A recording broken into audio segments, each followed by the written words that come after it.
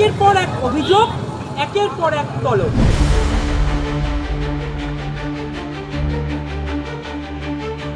অভিষেক ব্যানার্জি এখানকার এমপি হওয়ার পর বিভৎসভাবে এখানে সয়েল ইরোশন করা হয়েছে, মাটি কেটে বিক্রি করে দেওয়া হয়েছে, কোনো অ্যাক্ট মানেনি এই অভিষেক ব্যানার্জি এবং তার দলবল।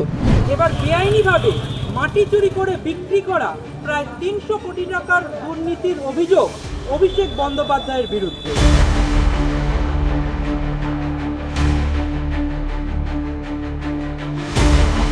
কালীতলা আশিটি থানার দ্বারস্থ অভিজিৎ দাস ওরফে ববি 15ই জুন কালীতলা আশিটি থানার ওসির কাছে লিখিত অভিযোগ করেছেন তিনি। আর এই মুহূর্তে আমি দাঁড়িয়ে রয়েছি দক্ষিণ 24 পরগনা জেলার কালীতলা আশিটি থানার সামনে। ইতিমধ্যেই কিন্তু অভিষেক বন্দ্যোপাধ্যায়ের বিরুদ্ধে কালীতলা আশিটি থানায় অভিযোগ দায়ের করেছেন বিজেপি নেতা অভিজিৎ দাস ওরফে ববি।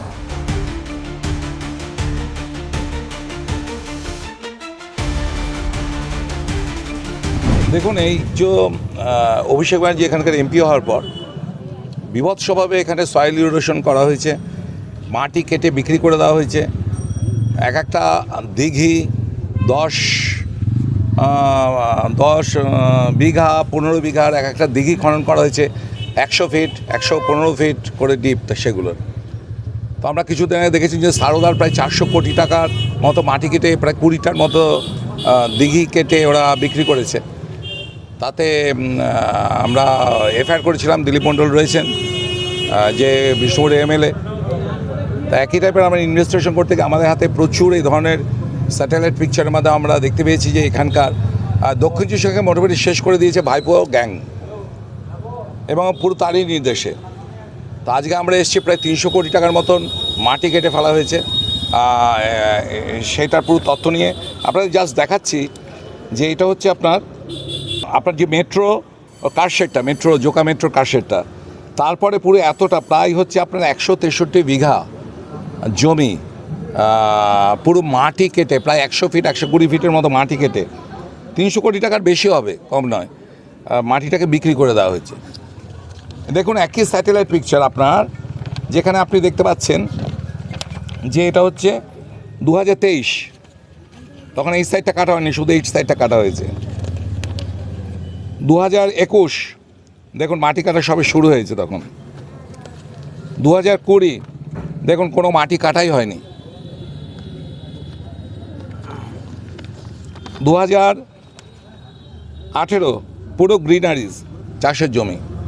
তো এই যে এইভাবে যে সয়েল ইরোশন করেছে, এর ফলে ভূমিক্ষয় হবে, ভূমিকম্প হবে, পুরো প্রাকৃতিক পরিবেশটাকে নষ্ট করে দিচ্ছে। কোনো অ্যাক্ট মানেনি এই অভিষেক ব্যানার্জি এবং তার দলবল। Fisheries act, land reforms act, আপনার মিনারেলস অ্যাক্ট।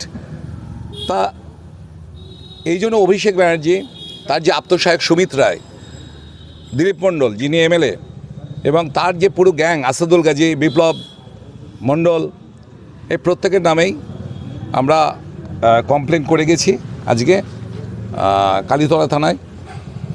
যেহেতু এই পুরো জায়গাটা একটা অংশ বিষ্ণুপুর থানা এবং কালীতলা থানায় পড়ে, কালীতলা থানায় আজকে করে গেলাম। কালকে সকালবেলা বিষ্ণুপুর থানায় গিয়ে কমপ্লেন করব এবং একটা সিট গঠন করে আমরা চেয়েছি এটা ইনভেস্টিগেশন করতে, যে এত কোটি কোটি টাকার যে মাটি বিক্রি হলো, সে মাটিগুলো কারা কিনেছে।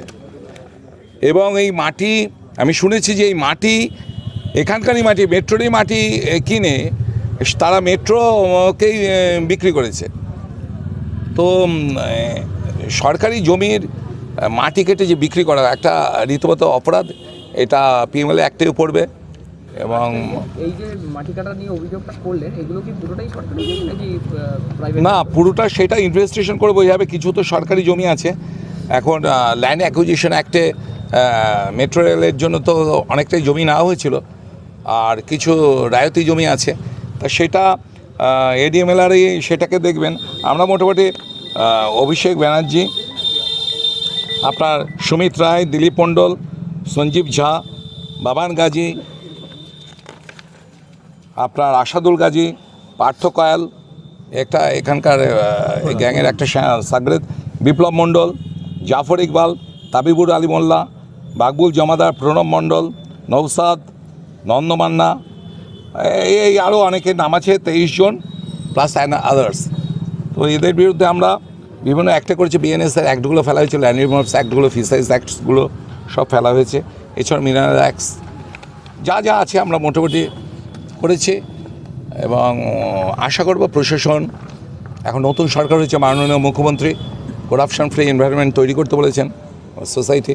তা যারা যারা করাপ্টেড পার্সন রয়েছিল এই সমাজে, তৃণমূল আমলে গত 15 বছর ধরে যারা তৈরি হয়েছে, তাদের কারো ছাড় হবে না এবং তাদের বিরুদ্ধে অ্যাকশন হবেই।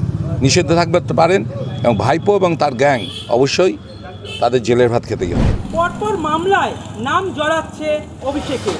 চক্রবুহে অভিষেক বন্দ্যোপাধ্যায় শুধুই কি বেআইনিভাবে মাটি চুরির অভিযোগ, নাকি আরও বড় রহস্যের নাম অভিষেক বন্দ্যোপাধ্যায়? আশুতি থেকে বিশ্বজিৎ নস্করের রিপোর্ট, বাংলা হান্ট। আরও ভালো ভালো খবর দেখতে সাবস্ক্রাইব করুন বাংলা হান্টের ইউটিউব চ্যানেল। বাংলা হান্টের আরও খবর দেখতে নজর রাখুন। বাংলা খবর মানেই বাংলা হান্ট।